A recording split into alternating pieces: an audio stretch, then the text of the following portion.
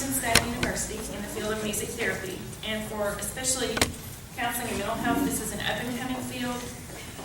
There's been a lot of research recently about this, and I'm sure you'll tell us about that. Principles of health sciences, for any of you guys out in the medical field, you will notice that as you get into your practice, this is one field you're going to be hearing a lot about in the near future. And especially, you're going to hear a lot about it right now. So, thank you.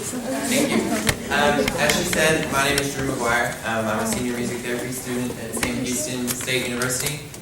For the music therapy program, you have to be in the School of Music, and through that you have a primary instrument. Mine is voice, and so is Kayla's. This is mine. But I was in band in high school, so I was here when it looked like band hall. And let's see, I spent 2 years at the University of Texas before I went to Sam Houston. And okay. And my name's Kayla. I'm a senior music therapy student as well. I'm an opera singer, so I sing voice. But I was also in band in high school. I'm a member of Alpha Omicron Pi, and I'm really excited to be here with y'all today. Okay. So what is music therapy? That's beautiful. As defined by the music therapy, defined by the American Association of Music American Music Therapy Association. Wow, I'm having problems today. It is the clinical and evidence-based use of music interventions to accomplish individualized goals within a therapeutic relationship by a credentialed professional who has completed an approved music therapy program. So, music therapy basically means you have to go to college, do the 4-year plan, and then do a 6-month internship and take a national certification exam.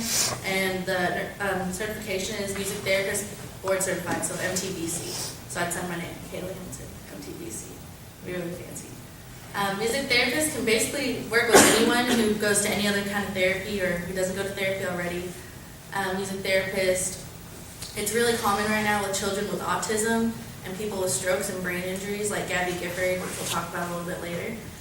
And music therapists can work really anywhere. Right now I work in a school in Huntsville with a special education class. Our program is lucky enough, we have a clinic on campus to do some music therapy. So we have some clients that call and ask, and we set up a time, and I have some clients right now. It's a husband and wife, and they both have been diagnosed with bipolar disorder. So they are coming in, and I'm seeing them once a week and working with them. But music therapists can also work in hospitals, they can work in hospice care, they can work Assisted living homes. assisted living, Private practice. Yeah, private practice, really anywhere that you can think, even in some states and prisons, not anymore in Texas, but that's another story. Right.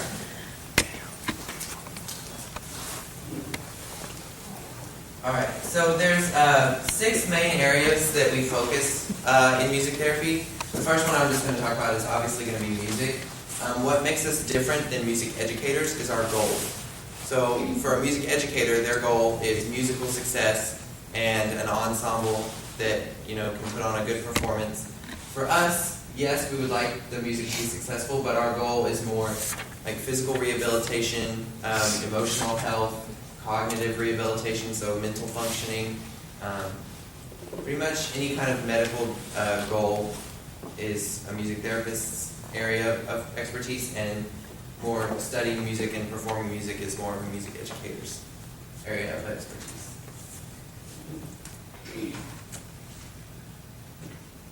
Alright, so cognitive skills, that's basically your brain functioning. Some of the areas we work on are pre-academic, academic, attention, memory, and executive functioning. So pre-academic skills is like what you learned in like preschool and kindergarten, like your colors, your numbers, things that help you with your academic skills, which is what you do now. And attention, there's different types of attention.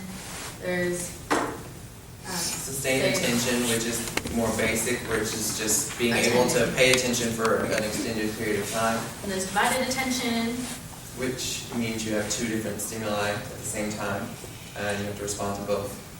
And then we have memory, which is short-term and long-term. And executive functioning is like skills of daily living, because some people, even though for us we don't think about it, some people don't know how to brush their teeth in the morning. They don't know how to go to bed. They don't know how to make a sandwich. Like things that we're just like, oh, that's easy. I've been doing that forever. So now we're going to do an intervention with y'all. And earlier we talked about in our definition that it's evidence-based. So that means that we have goals and objectives that are worded usually similar to this. So the goal is what we're overall trying to work on, and then the objective is how we're going to measure it given certain conditions. So what am I going to do to help facilitate that change?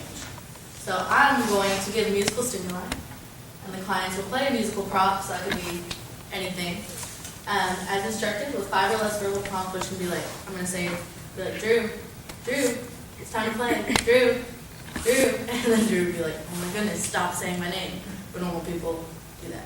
And then you have to put for the entire activity, so how long, so it could be sometimes by minutes or seconds, like if it's eye contact, it could be 10 seconds, just depends. And then the date, which is November 12th. Right, and the reason we do this is so we know, and the client knows, and the client's parents or guardians know, progress is being made to tie along with the research. This is especially important for research, so we know, what's actually happening because of the music, and also in practice, it's important so we can, 6 weeks from now, we would put a date, say 6 weeks from now, and we could go back at the end of 6 weeks and be like, have they been getting closer to meeting this, or have they met it? So can we move on to something else that's a little more challenging, maybe from selective attention to divided attention or selective attention? Okay, so now I need 7 people to help me. And if you don't raise your hand, I'm going to choose you, so. 7 volunteers. Yes! Alright, y'all come sit down in one of them, and then I'll come choose the room. Okay, y'all too.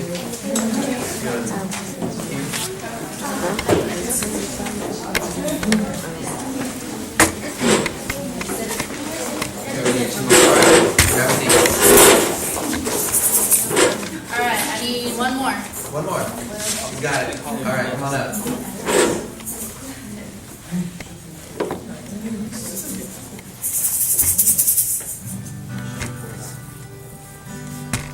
Alright, so what we're going to do today, guys, how y'all doing? Good! Hey, guys. Oh, we're in a special education class today. So you guys are my students. Okay, guys. So today we're going to play egg shakers. Yay! So everyone play them. Go! Alright, stop. Alright, listen, ready? Play, play, play, egg shaker. Play, play, play, play, play, egg shaker. Play, play, play, egg shaker. Play, play, play, play, play, egg shaker. Stop.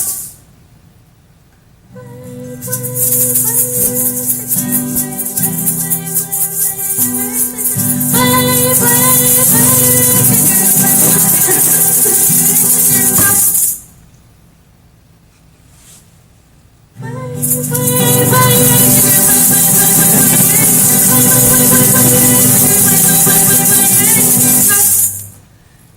if you're a girl now, play your egg shaker. Girl now, play your egg shaker. Girl, play your egg shaker. Girls, play your egg shaker. Everybody play your egg shaker. Everybody play your egg shaker. Oh, yeah, y'all listen. Play your egg shaker in the air. Play your egg shaker in the air. Play your egg shaker near the floor. Alright, good. Y'all can keep those. So you can change that a lot of ways. So basically you give instructions in the song instead of being like, hey, I want you to play this right now. I'll be like, hey, listen to my music and let's play together. And you can, if I knew y'all kids, I would have said, like, this person play, this person play. And you can just go around and do a lot of activities or ask one person like, oh, how do you want to play it? And they'd be like, so then everyone would be like, so just kind of like that, like imitation.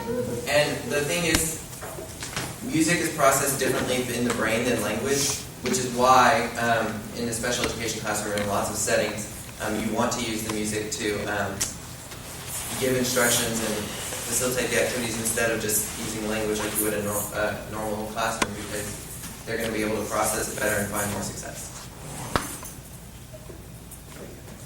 Yeah, like speech is only processed on one side of the brain, on the left, I believe, and then, but music is processed on both sides. So it's like more, oh, that's convenient. So there's more awareness.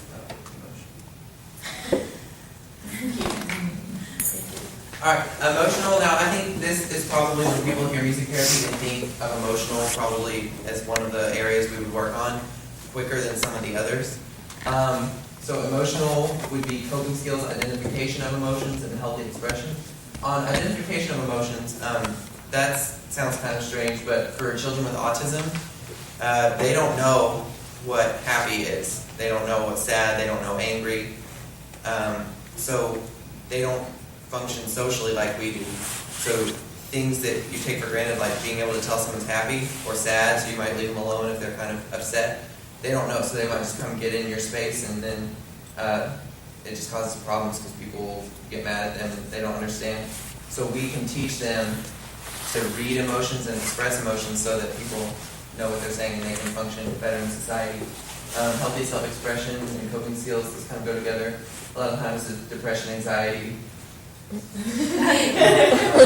Popular.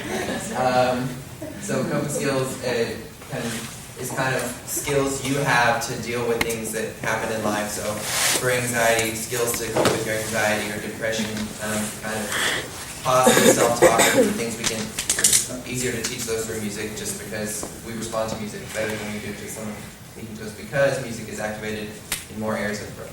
It's like last semester, I worked with 10 adults. It was a lot.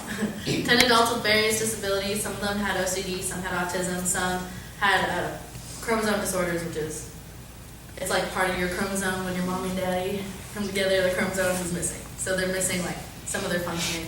We worked on this on Valentine's Day. We did different songs and asked them to identify what they were feeling. So we did like We're Never Getting Back Together by Taylor Swift. And they're like, oh, she's mad. Yeah, she's mad. And then like All You Need Is Love by the Beatles. And like we asked them to like explain what the person was saying in the song. Like what were they feeling? And like how would you feel, or what's a situation similar to that? So trying to relate to others and themselves. Alright, so I've actually done a lot of this with my clients this semester, since they have bipolar disorder. When they first came to us, she was feeling depressed, so she didn't have very much motivation. She felt sad. It was hard for her to do things that we normally would have the energy to do. She just didn't have the energy to say, like, make a sandwich. She knew how, she just didn't have the motivation or energy to do it. So we're working on those things. And her husband was manic, which is kind of the opposite. You have a lot of energy, impulsivity is the problem, so you're just kind of doing things like you might just decide to drive to New York City. Or go buy a car. Or go buy a car. Go gamble. Yeah, so that can be dangerous as well. If you turn in your packet, we have the lyrics to Bridge Over Troubled Water. Oh, and we have little sheets for all the interventions we're going to do. So you can kind of see what we're going to do. Or how we set it up like in our site. Like, this is an example of like the paperwork we would keep. For insurance companies, the clients themselves, other health professionals, teachers right now, other health professionals can see kind of what we're doing. Another reason we have our goals for that is so other people can see. So when you play like a bridge over full of water.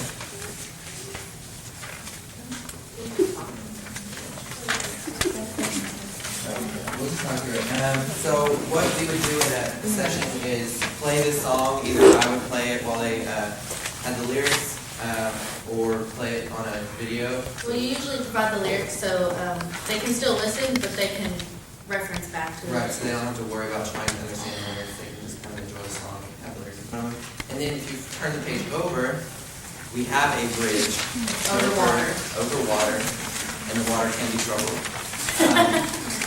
So one thing we had our clients do, this was more of an assessment, kind of see where they are when they first came to us. We had them write down while we played the song things that were troubling them, some problems that they were experiencing in their lives in the water, and then we also had them write positive things on the bridge, just kind of symbolic, and so we could see kind of how they felt, if they felt they had anything that could help them, or so we could kind of focus on the things that they knew in their life could help them, and also what was kind of concerning them and giving them troubles. And the cool thing is we did this a couple weeks ago, so it had been about 6 weeks since we'd done the first one. When we showed our client the first one she'd done, she was like, oh my gosh, these aren't even problems anymore. And she was able to see, she had learned coping strategies to deal with the things that maybe were still present in her life and had overcome some of the other things that were giving her trouble. So that's a neat activity. Another activity we did, if you turn the page one more time, or just turn it over, you see the lyrics to "Breathe" by Anna Nayland. I don't know if y'all know that song. So I'll just play the first verse and the chorus, and if you want, you can listen, and I'll tell you what we did with the song here. That's a nice guitar. Oh, that's a zebra. I love zebra. It's bad. 2 a.m. and she calls me 'cause I'm still awake. Can you help me unravel my latest mistake? I don't love him. Winter just wasn't my season. Yeah, we walk through the door so accusing, their eyes like they have any right at all to criticize hypocrites. We're all here for the very same reason. 'Cause you can't jump the track, we're like cars on a cable. Life's like an hourglass glued to the table. No one can find the rewind button, girl. Just cradle your head in your hands. Breathe. Just breathe. Oh, breathe. Just breathe. Alright, and then there's like the whole rest of the song. Also, I've seen lyric analysis. I observed the music therapist at Terrell State Hospital, which is outside of Dallas. And do you guys know the song "Float On" by Modest Mouse?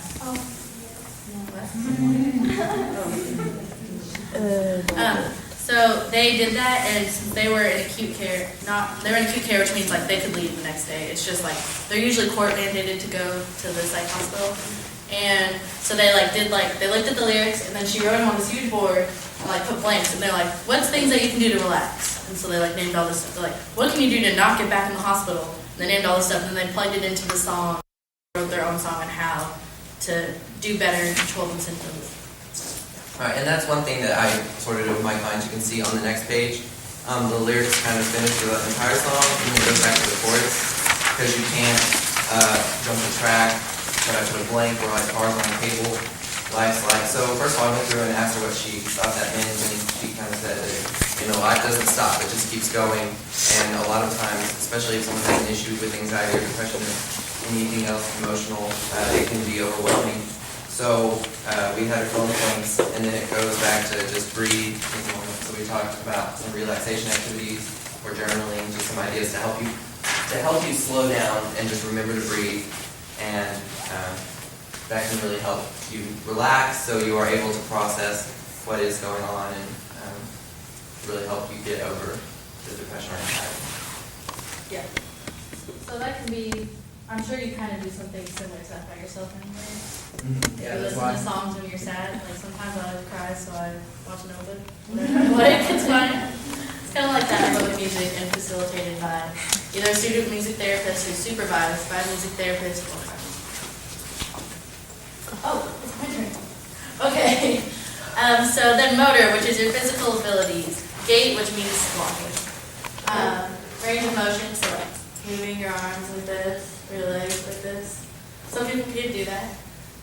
Finger dexterity, so like when you grab things, you like go like this, and or your fingers can spread apart. Some people like their hands are very like clenched together, so they can't grab things and they can't do things that we can do. Balance, don't have that. Hand-eye coordination, I also do not have that. Strengthen your limbs, so that can be your trunk, your arms, your legs, and sound localization. And the reason we put that under motor, it can also be under other things, is for people who have visual impairment, who can't see. Whenever they walk around, I don't know if you all have ever met someone who's blind, they have to listen a lot. So if I was blind and we were working on sound localization, he'd play like around me, and I'd have to discriminate and find out where that sound's coming from, because they use that for walking around in everyday life, because they can't see. So since that helps them get around, we put that under motor. Yeah, and a lot of times, some developmental disorders, like cerebral palsy,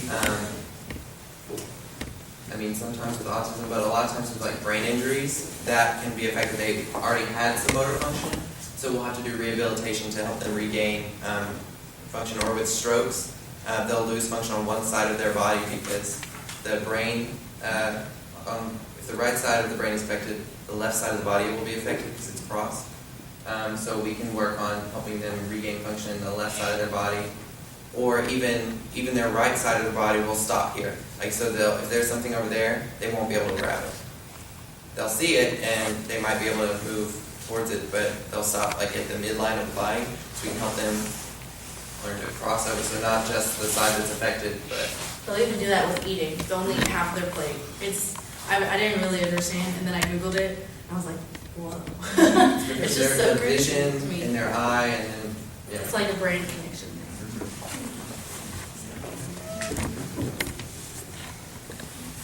That's good. Yeah. Yeah. Okay, so we need one person.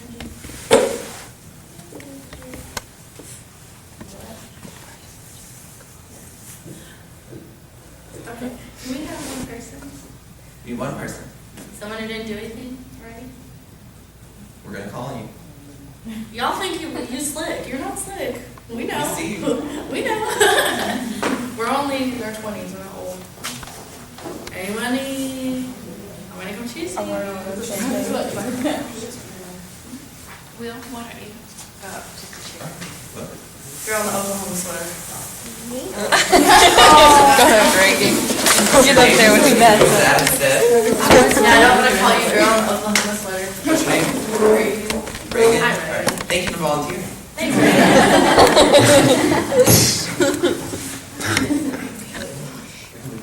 Oh my goodness. So, tell me. All right. So what we're gonna do is she's had some kind of brain injury or motor issue from her birth. So we're gonna work on working her arms, building up the strength and getting the movement. So what we are going to use, and research has shown, this is a technique called TIMP, Therapeutic Instrumental Music Playing. So the playing of the instrument is actually what's going to help her regain the function that she's lost. So what I want you to do, we're going to do one. So what I want you to do is play the paddle drum by example, by punching it. So I want, and we're going to alternate. So punch, punch. Make sure you're extending your arm all the way, okay? All right. Yeah.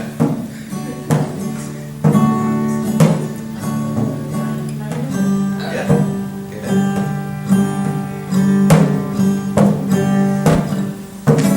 Oh my goodness, Reagan, you're doing so awesome. Thank you so much for your work. All right. Okay, we should probably take a break. That's All pretty, right. that's pretty So we'll tired. rest your arms. So here's what I want you to do. What would be if you had some disability? So now what I want you to do is I want you to kick the drum. All right, Reagan, So, you got this. like, Football. you'll kick, then kick, then kick. Like, just like that, okay? Okay? All right, Reagan, you got this. Okay.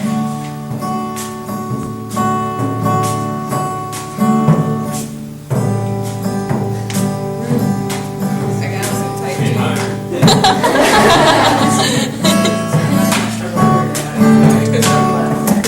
Oh my goodness, you did so good, Reagan. Let's do both. Yeah. So now. Oh. I know you can do it. How many times will be done for the day? Come on, Reagan, you got this. Oh yeah. Oh, look at her go.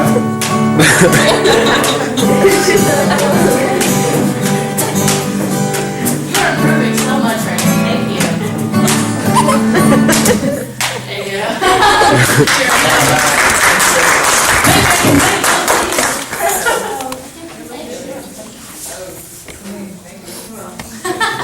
It's like I never want to do that again. The last 4 semesters here at SAM, or in a music therapy program, we do what we call practicum, where you get compliance, and that's kind of what we've been talking about. Your first semester, you get a classroom of preschoolers just to kind of, they don't have any specific issues. So you get used to kind of running a session, doing the paperwork, and then you start getting clients with more specific issues or disabilities. So last semester, I had 2 ladies that had dementia, and so we would work on her memory, as well as she had a walker, and she would use that to get around. So we would use that to strengthen her arms and her legs. We would even put put one here, and she'd have to raise up her legs like this. That's hard for them. Yeah, That's really it can be hard. tricky, and like she would get real mad if I raised it up too high. And so, but that's one thing about the cattle drum. It's one thing to just have her move her arms, but she gets the feedback. The noise is like helps her know, you know, the mental thing, and you can move the drums around. So if they can't move very far, you can start out here, and you notice. I mean, one of y'all said something. I didn't see who it was, but yeah, it was. I was all moving it. going on. I was moving it out further from her body, and then I was moving it like this down here. Further, mhm. So she did. So I mean, normally you'd spread that out. That'd be way more gradual Right. for someone who is actually doing rehabilitation. Well, and we always have to give constant reward in music therapy, and the reward can just be like, "Hey, you're doing good." Like we're like, "Yeah, Reagan, you did so good. Look at you." Or it can be like, "Oh, you did this. If you do this, we'll play this song. Yeah. If you do this, like one of my clients, she loves to sing. I don't know what she sings, but she sings with something when we sing. And we tried to teach her who the first president of the United States is. She finally learned. We had to go, Washington. And she like wouldn't say it. We're like, and then she said it. And yesterday in our session, she said it for the first time without us telling her. Like she did it by herself and sang it. And we were like, okay, now you can choose the mic. And she's like, yes! So like you can do that. And then also just like playing an instrument when you're working, it's like instant feedback. You're like, oh look, I'm doing it right. Yeah, it's like Cool. when y'all had the egg shakers, you wanted to play it because it gave you that audio feedback and stimulation. So with the next. All right, so we're going to move on to communication now. And this is really cool for me because we had to do another presentation for our last, well, last semester I did mine on aphasia, which is a speech language disorder. So communication, we can work on expressive language, receptive language, speech, appropriate nonverbal communication, and eye contact. Now it can be confusing that some people think language and speech are the same thing. But speech is the actual formation of sounds, so "b" or or "t", the actual sounds that you use to form words and sounds. Language is the actual putting those sounds together to make words and thoughts. So expressive language would be me speaking to you and putting my thoughts together and the speech and my thoughts together to create ideas that you can understand. Receptive would be when someone is speaking to me, my brain can process that, put it together into the thoughts so I can understand what's going on. Aphasia is kind of an interruption of either of those processes, expressive or receptive. There's two areas, one's for expressive and one's for receptive, and I'm not getting too detailed. Aphasia there's two different kinds, one for receptive and one for expressive. So what they're going to work on in this video is expressive aphasia. So she can't form the words. They're in her head, she just can't say them.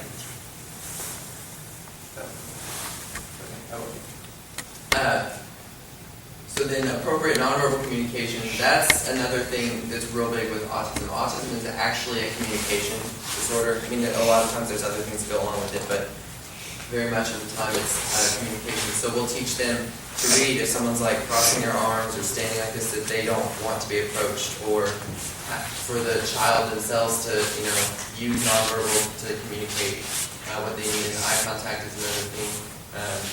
We don't ever think about it because we just make eye contact, but someone who has trouble making eye contact has trouble making friends and functioning in society because if someone's like talking to you and they're like this, it throws us off more than we would realize. So anyway, we have a video. We're going to have to switch the video out for a second, but I don't know how many of y'all remember Gabrielle Giffords was a senator and she was shot down in Arizona. 2 years, a year, 2 years ago?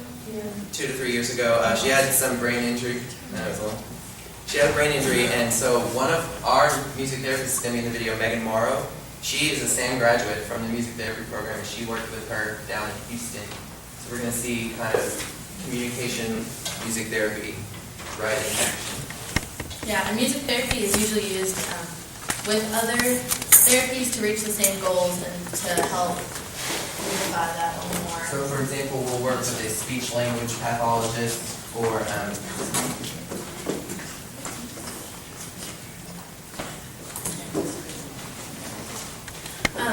but yeah, also we. It works. Yay. yeah, also, we work with people like, okay, one of my clients, he's 13. He's at the functioning of a 15-month-old child. And yesterday, actually, usually he doesn't speak, and he doesn't usually participate unless we like really engage him.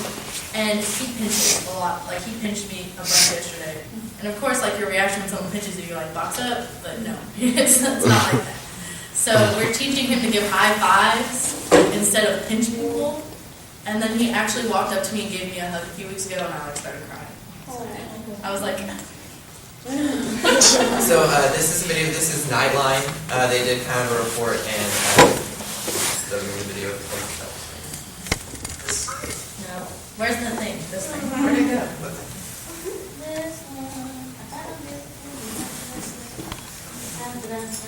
Sorry, that was really like dramatic and it didn't happen.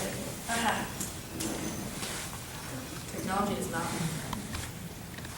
The doctors are some patients. You trying to mark? Gabrielle Giffords in speech language. 1 month after the shooting, Gabby Giffords was in the hospital in Houston, settling in for the long haul. Good. I can tell you that rebuilding speech after an injury to the left side of the brain is exhausting, often agonizing work. Before the shooting, she was a dynamic, engaging speaker. Libertarians and vegetarians. A Fulbright scholar, fluent in Spanish. Good morning, everyone. Buenos dias. Now, in those early therapy sessions in Houston, You turn on the light. it seemed as though words had abandoned her. Try to watch me.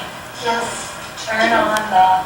For those of us injured on the left side of the brain, our loss.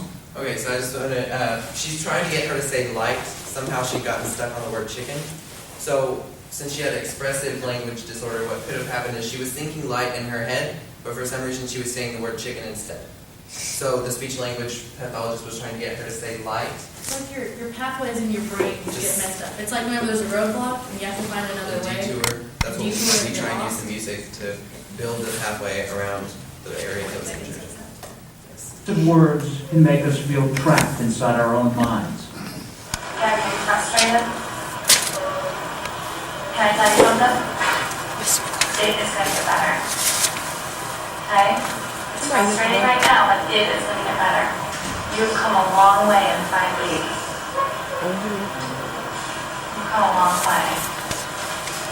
And then, in this emotionally charged moment, to our absolute amazement, we heard this. Okay? You're going to do this. You ready? This little light of mine, I'm gonna let it shine. Remember, at this point, she couldn't say the word light. Suddenly, there she was, singing that word and a whole lot more. I'm gonna let it shine, let it shine, let it shine, let it shine. Excellent. Well, good morning. Gabby, how do you? That's Megan. Megan Morrow is Gabby's music therapist. Why is it that someone who can't speak can sing? Because music is accessed in many different areas of the brain that aren't designated for language.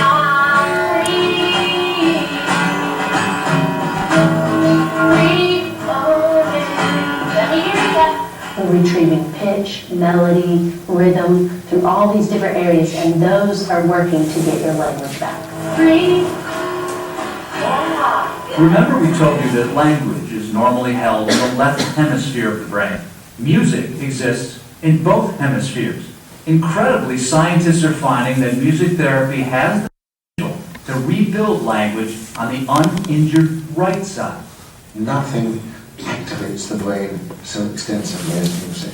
And it's really only been in the last 5 years that brain imagery which showed it had been possible to create a new language area in the right hemisphere. And that blew my mind.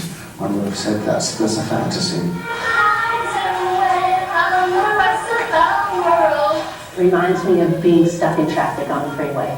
you aren't able to go forward on that pathway anymore. But you can exit and go around and get to where you need to go.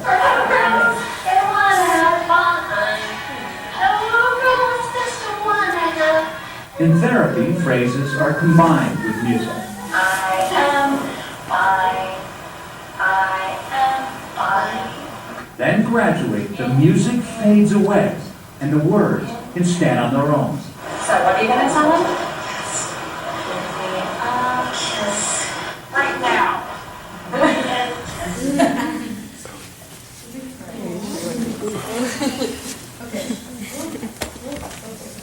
Alright, so basically, the goal of using music as a therapy, so music therapy, is to use it to help create that connection and then to fade out the music so you can do it without it. So, and also, receptive and expressive language, like my clients, 2 of them don't talk. So we know they don't have too much receptive or expressive language because we're like, oh, they can't talk to us, so that's one big part of our expressive language. But then we had to do more things, figure out if they even had receptive language, was where they could understand what I was saying. If I said, hey, come here, if they were like, oh, I need to go there, they're just like, blank. So that's also the struggle. Yeah, the technique she was using with the hand padding is called MIT, which is melodic intonation therapy.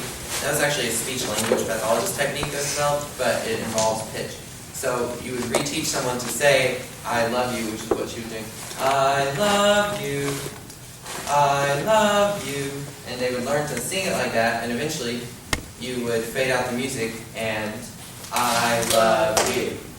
And then you would be able to eventually just say, I love you. And what that does is helps her spontaneously learn to form the words in her brain. Her brain just couldn't form the words. She could say them in her mouth, but her brain wouldn't tell her mouth to say them. So we regave that ability. So we will move on to the next.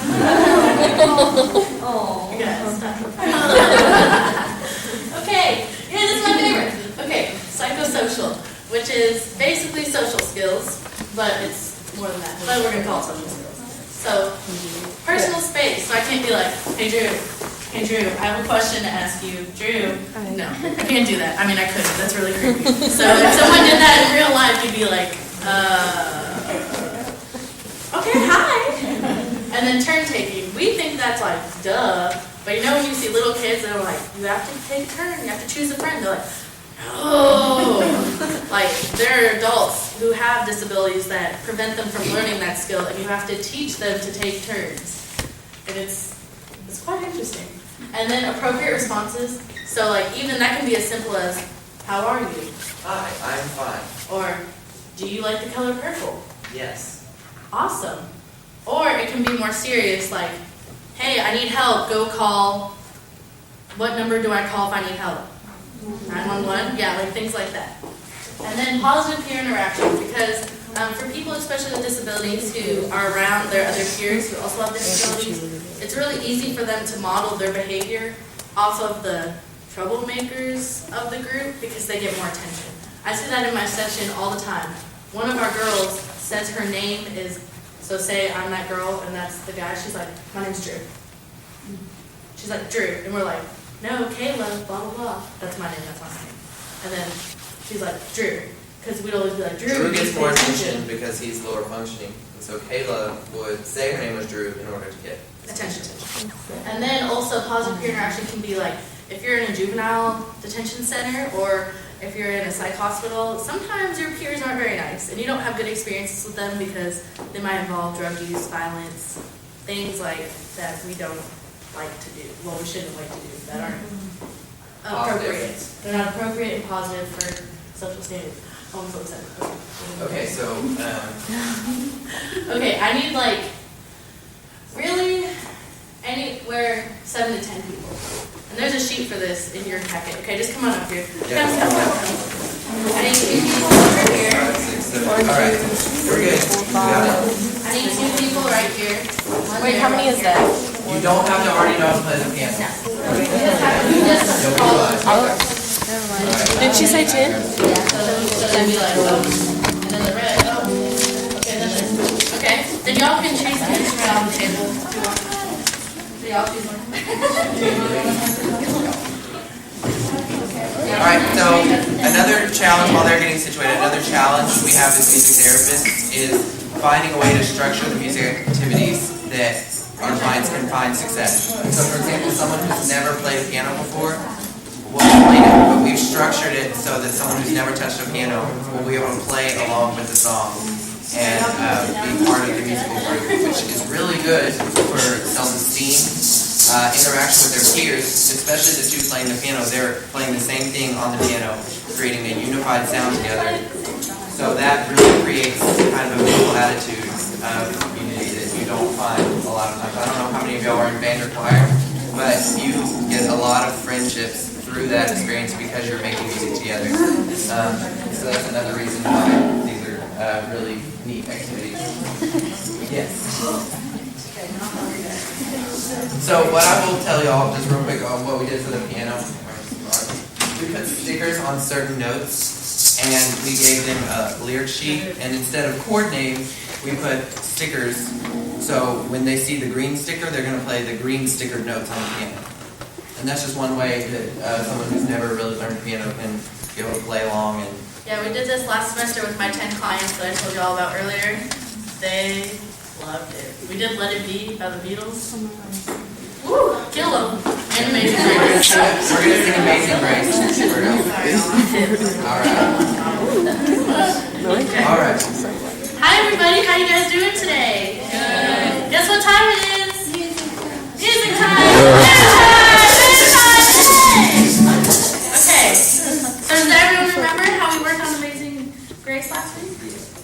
Yeah, it was so fun! Okay, so we're going to do that again today. Alright. So I'm ready to start, and you can cue when you come on.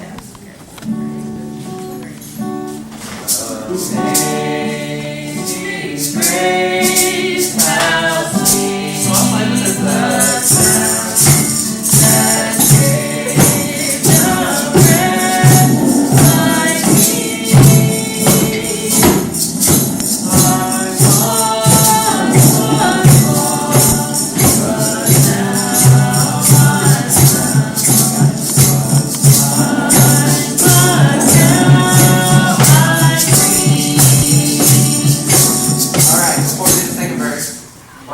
So other people get chances. Okay, you guys go switch with someone. You guys switch instruments and switch spots. Go! Go, go, go! I need one more person up here. One more. Yes. All right, so we're gonna do the second verse. Okay, so we're gonna play the green when it has the green sticker, and the red when it has the red, and then silver when it has silver. Okay, guys? All right, and we want you guys to play with it. Okay, ready, And everybody? sing with us if you know it. Okay.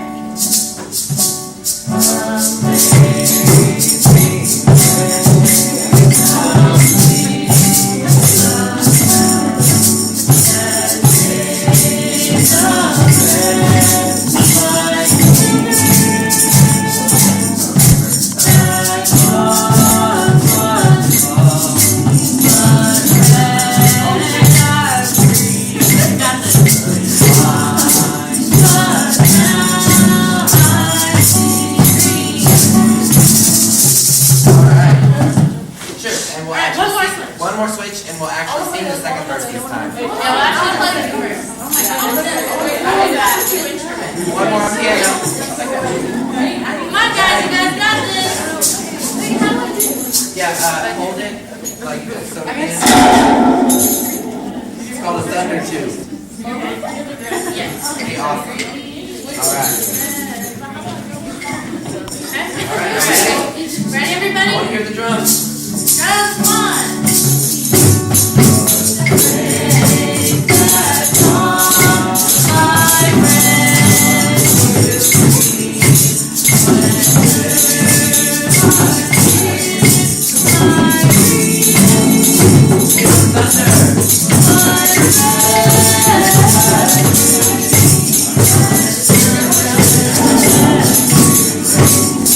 Thunder.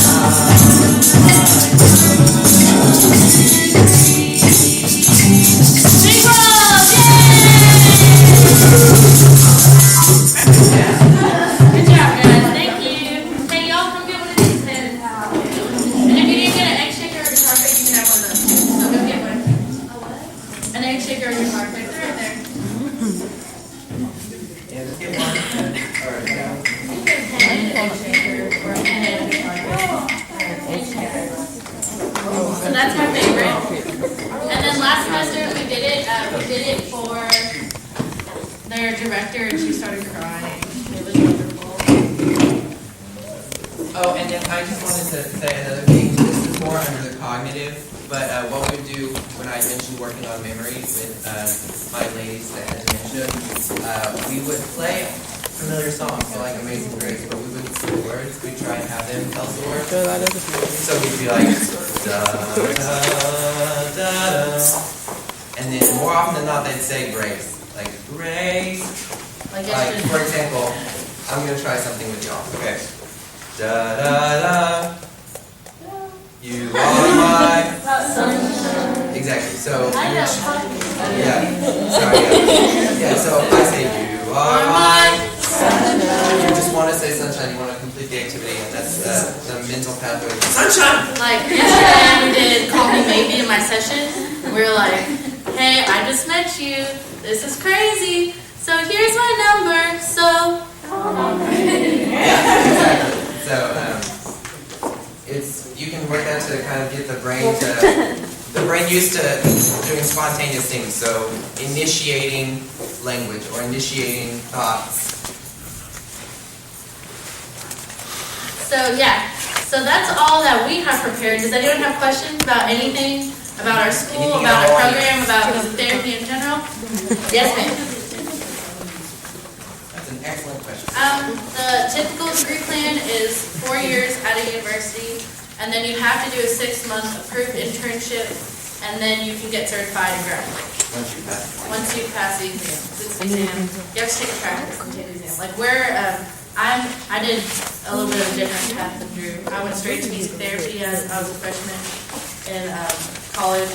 So this is my 4th year, and then I'll be done in the spring, and I'll go do an internship for 6 months. And then I'll graduate in possibly December of my next month. Yeah, and then I was behind, so I've been in college a year longer, but we're in the same point. So I will finish classes in the spring and do my internship if I get one in the fall and graduate in December. And then take my exam once I graduate and become Drew McGuire. But you can take your exam before you graduate. You just have to have your 6-month internship. Any other questions? I know y'all have questions on play. Yes. How much money is it? The average in Texas is 60.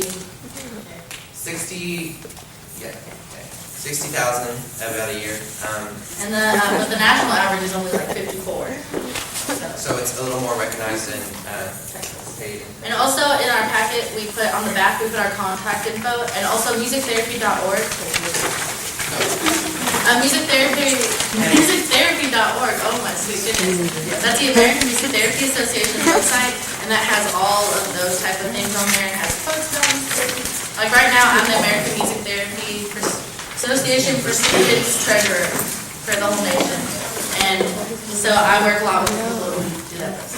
All right, and then for the schooling, since it's through the School of Music, you do kind of the basics. You do music theory, oral skills, which is ear training, AURL, oral skills, and you have choir, or you have an ensemble, choir, band, voice, or whatever, trumpet lesson, whatever your instrument is. So like we had to audition in front of all the voice faculty to get into the School of Music. So you actually have to know how to play. And then you have to have one instrument that you can be trained classically, and then we learned guitar, piano, other stuff. And the one instrument thing is a School of Music requirement, not the music therapy requirement. Like we have some who play cello, French horn, trumpet, violin, one who is classical guitar major, 1 or 2. So it doesn't matter what your primary instrument is, you can still do it. And it's not too late if you want to do it, because I had never taken a voice lesson in my life, and I took 3 or 4 and really worked really hard to prepare, did my audition. They were a little unsure, but they let me in anyway. Crushed it. And I put my nose to the grindstone, and that means worked really hard. And kind of got to where I need to be, so I was on the level of some of the other students that were just coming in. Already had lessons. I only started choir in 11th grade. And I had never done choir yet. And I was like, I think I'm going to go to music school. Yay! Yay! So, I mean, and it's great if you've been doing it already, like great. But if not, it's still fun. It's okay. Yeah, and then we take some psychology classes, psychology of music, abnormal psychology, obviously Developmental intro to psychology. psychology. I'm going to take nonverbal communication. I'm Get some taking electives. psychology of adjustment. So that would be important for like dealing with change, which is also tough for children with autism. Any other questions? I know y'all got questions. I don't know why they're trying to pretend like we don't know the game.